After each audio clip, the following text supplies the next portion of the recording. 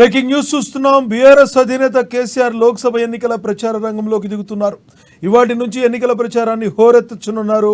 చేవెళ్లలో కేసీఆర్ తొలి పార్లమెంట్ ఎన్నికల ప్రచార సభ జరగబోతుంది.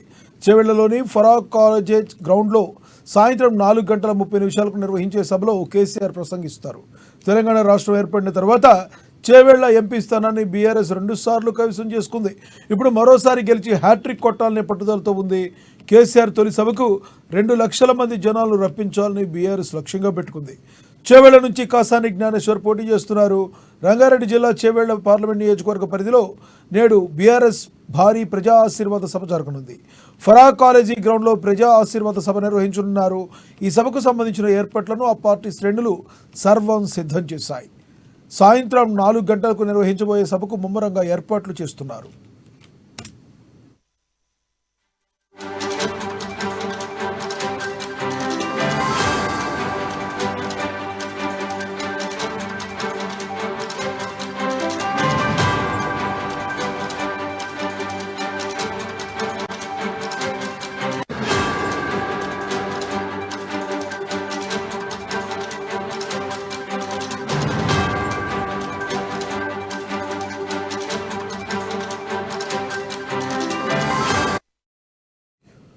బీఆర్ఎస్ అధినేత కేసీఆర్ లోక్సభ ఎన్నికల ప్రచార రంగంలోకి దిగుతున్నారు. ఇవాటి నుంచి ఎన్నికల ప్రచారాన్ని హోరెత్తించనున్నారు. చేవెళ్లలో సీఎం కేసీఆర్ పార్లమెంట్ ఎన్నికల ప్రచార సభ జరగబోతుంది. చేవెళ్లలోని ఫరా కాలేజ్ గ్రౌండ్లో సాయంత్రం 4:30 నిర్వహించే సభలో కేసీఆర్ ప్రసంగిస్తారు. తెలంగాణ రాష్ట్రం ఏర్పడిన తర్వాత చేవెళ్ల ఎంపీ స్థానాన్ని బీఆర్ఎస్ 2 సార్లు కైవసం చేసుకుంది. ఇప్పుడు మరోసారి గెలిచి హ్యాట్రిక్ కొట్టాలనే పట్టుదలతో ఉంది. కేసీఆర్ తొలి సభకు 2 లక్షల మంది జనాలను రప్పించాలని బీఆర్ఎస్ లక్ష్యంగా పెట్టుకుంది.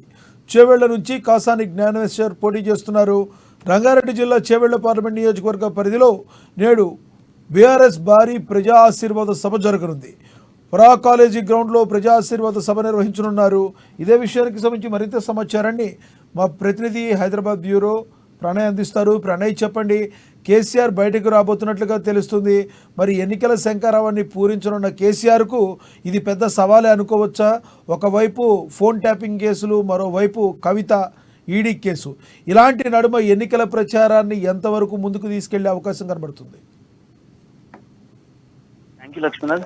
నేడు మొదటిగా పార్లమెంట్ ఎన్నికల నేపథ్యంలో కూడా మొదటి సభను నిర్వహించబోతా ఉన్నారు మాజీ సీఎం కేసీఆర్ అని చెప్పుకోవాలి. ఈ రోజు సాయంత్రం ఫరా కాలేజ్ గ్రౌండ్స్ లో 4 గంటలకి ఒక భారీ బహిరంగ సభను కేసీఆర్ ఏర్పాటు చేయడం జరిగింది. చేవెళ్లలో మొదటి సభను ఏర్పాటు చేస్తూ బీఆర్ఎస్ పార్టీకి ఇది తొలిగా విజయం సాధించాలి ఈ సీట్ అన్నటువంటి దిశగా కూడా ఆలోచిస్తున్న సిచ్యువేషన్స్ అయితే కనబడతా ఉన్నాయి. అయితే ప్రస్తుతం ఉన్నటువంటి సిచ్యువేషన్స్ లలో ఒకవైపు కాంగ్రెస్ ఇచ్చినటువంటి హామీలు నిలబెట్టకుండా చేస్తోంది. 100 రోజుల గడువు పూర్తయినప్పటికీ కూడా కాంగ్రెస్ ఇచ్చిన హామీలు నిలబెట్టలేదు అన్నటువంటి యాంగిల్లో కూడా సభలో ఆయన ప్రసంగించబోతున్నట్టుగా తెలుస్తా ఉంది. లోక్సభ ఎన్నికలు ఒకవైపు దగ్గరపడుతున్న నేపథ్యంలో అనేక వివాదాలలో బీఆర్ఎస్ పార్టీ ఉన్నప్పటికీ కూడా పార్టీ మనుగడను కాపాడాలి, పార్టీ ఉనికిని కాపాడడంతో పాటుగా ఈ పార్లమెంట్ ఎన్నికల్లో ఖచ్చితంగా తమదైన శైలిలో 14 స్థానాల్లో బీఆర్ఎస్ పార్టీని గెలిపించడమే లక్ష్యంగా కూడా ఉన్నాము అని చెప్పేసి చెప్తా ఉన్న సిచ్యువేషన్స్ కనబడతా ఉన్నాయి. గతంలో 2014, 2019లో కూడా ఈ సిట్టింగ్ సీట్ అనేది బీఆర్ఎస్ పార్టీదే అని చెప్పుకోవాలి. అయితే ఈ నేపథ్యంలో కూడా ఈసారి కూడా ఖచ్చితంగా కూడా బీఆర్ఎస్ సీటు ఖచ్చితంగా కూడా చేవెళ్ల సీట్ను గెలిపించుకోవాలి, కాసాని జ్ఞానేశ్వర్ని గెలిపియాలి అన్నటువంటి దిశగా కూడా ఈ సభను ఏర్పాటు చేసినట్టుగా తెలుస్తా ఉంది. పార్లమెంట్ ఎన్నికలకు సంబంధించినటువంటి దాంట్లో ఇది మొదటి సభ అని చెప్పుకోవాలి కేసీఆర్ కి సంబంధించి. ఈ నేపథ్యంలో ఖచ్చితంగా కేసీఆర్ స్పీచ్ కొంత రాష్ట్ర వ్యాప్తంగా ప్రజల్ని కొంత ఇన్ఫ్లుయెన్స్ చేసే విధంగానే ఉండబోతుందనేది కూడా భావించుకునేటువంటి సిచ్యువేషన్స్ అయితే కనబడతా ఉన్నాయి. ఈ తొలి సభకు దాదాపుగా కూడా 2 లక్షల మందిని జనసేకరణ చేయాలి అన్నటువంటి యాంగిల్లో కూడా కేసీఆర్ దిశానిర్దేశం చేయడం జరిగింది. ఈ నేపథ్యంలో పూర్తిగా సబితా ఇంద్రారెడ్డి కావచ్చు, అదేవిధంగా అక్కడ ఉన్నటువంటి లోకల్ ఎమ్మెల్యేగా ఉన్నటువంటి వ్యక్తులు కావచ్చు, అదేవిధంగా మనం చూసుకుంటే స్థానిక నేతలందరూ కూడా అక్కడ ఏర్పాట్లకు సంబంధించి పూర్తి స్థాయిలో ఏర్పాట్లు చేసిన పరిస్థితులు అయితే కనబడతా ఉన్నాయి. ఈ రోజు సాయంత్రం 4 గంటలకు నేరుగా మాజీ సీఎం కేసీఆర్ అక్కడ నుంచి మాట్లాడబోతుండగా మనకు తెలుస్తా ఉంది.